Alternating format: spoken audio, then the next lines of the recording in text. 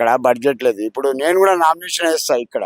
నన్ను నవీన్ అన్న నామినేషన్ ఏమన్నాడు, వేస్తా, అతను డబ్బు ఇస్తా అన్నాడు ఖర్చు పెట్టడానికి, జనాలను ఇస్తా అన్నాడు, వేస్తానండి. నేనంటే ఏందన్నది రాజకీయ నాయకులకు చూపిస్తా.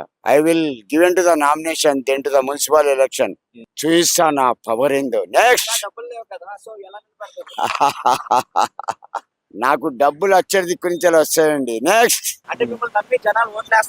పక్కా కుర్చీ కుర్చీ తాత. అవును, కుర్చీ తాత నామినేషన్ ఇచ్చిందంటే జజ్జరిక సినిమా ఉంటది. బింబిసారా మాటలు కాదు బాబాయ్. ఈ ముఖానికి 4 కోట్ల మంది అభిమానులు. ఒక్కొక్క రూపాయి ఇచ్చిన బిల్డింగ్ కడతా. ఆ బిల్డింగ్ ఒక్కొక్క రూపాయి. నెక్స్ట్ నమ్మకం. ఎదుటోనికి డిపాజిట్ కూడా రాదు. నేనే నాకు నేనే. ఏమన్నా మీ వెనకాల ఏమన్నా కేసీఆర్ ఏమన్నా నడిపిస్తున్నాడా రేవంత్ రెడ్డి ఆపోజిట్ గా?